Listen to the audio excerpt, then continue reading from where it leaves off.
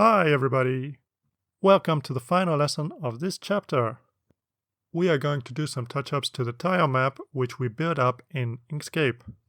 Last lesson we exported 3 layers from Inkscape.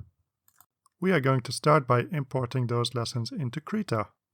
After that we're gonna have a very brief introduction into the use of filters to change the sky background. Then we're going to use overlay and alpha inheritance to add some more lighting and shading to the rockface layer. So just start up Krita as usual and just open the background layer first to import it.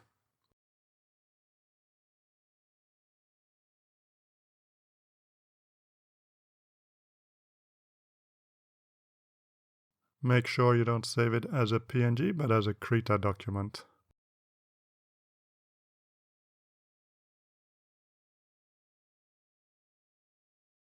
I'm gonna call it tile map level 1.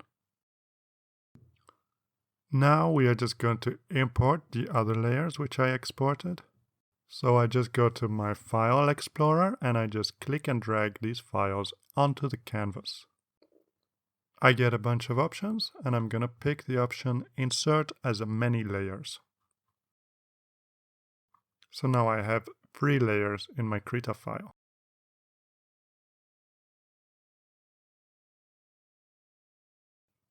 First of all, let's change our sky. As you've probably noticed, the sky is a smooth gradient while everything else is in pixel art. I actually think it actually works well because it creates a kind of a contrast between the pixel art foreground and the smooth background, but that's subjective. So in case you want to create the sky in a pixel art 2, then you can use what's called filters in Krita. Make sure the background layer is selected and go to Filter, Artistic, Pixelize. And as you can see, the smooth transition is turned into a pixelated transition. Another filter you could possibly use is called Index Colors. Index Colors replaces highlights and shadows with specific colors, and it also limits the number of total colors in the picture. Krita has got quite a lot of very useful filters, and you can use these very effectively. We are gonna use them in the next chapter of this course, so if you're interested, keep an eye out for the next chapter. In the meantime, I'm actually gonna keep this sky like this. And let's move on to making some modifications to the rockface tile. I'm going to demonstrate a super useful trick in digital art that's really invaluable in improving the overall look and feel of a painting.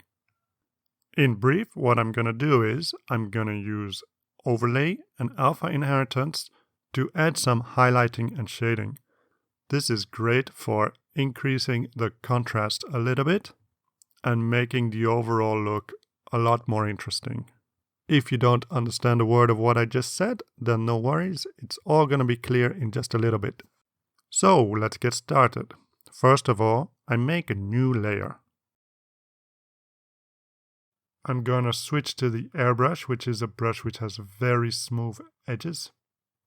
And I'm gonna paint some quite light colored light on top of this rock face.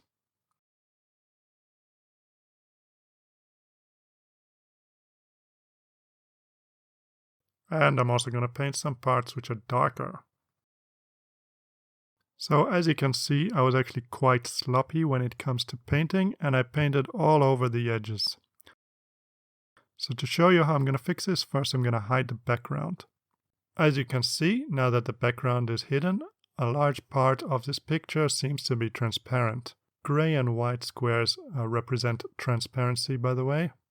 So next I'm going to go to my layer 8, which contains my extra lighting, and I'm going to click on this little alpha. This is alpha transparency. So when I activate it, all the parts which are sitting on top of a transparent part just disappear. And all the parts which are on top of an opaque part, they remain.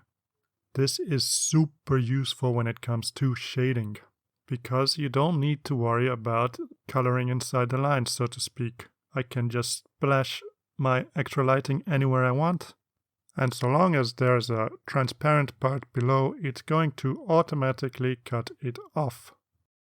What I'm also going to do is I'm going to take this layer and I'm going to put it on overlay instead of normal. Remember when we were learning about screen and multiply? Well, overlay is quite similar, but the parts of the layer which are light, they are going to apply a screen to the layers below. And the parts which are dark, they're going to apply a multiply to the layer below. So as you can see, where I painted a light brown, those parts have been highlighted. And where I painted a dark brown, those guys have received extra shading. I think this effect was a little strong, so I'm just going to downplay it just a little bit. I'm just going to scale it down by changing the opacity of this layer. Now, of course, we have one more problem. When I reapply the background, you will see that these parts reappear. Obviously, that's not what we want. So what we have to do is put this layer 8 layer and this rockface layer in the same group layer together.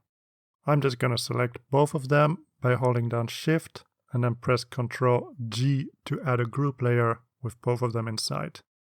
And I'm just going to change the names of these layers just so that this document remains easy to read. And that's it. That's the end of the last lesson in this chapter.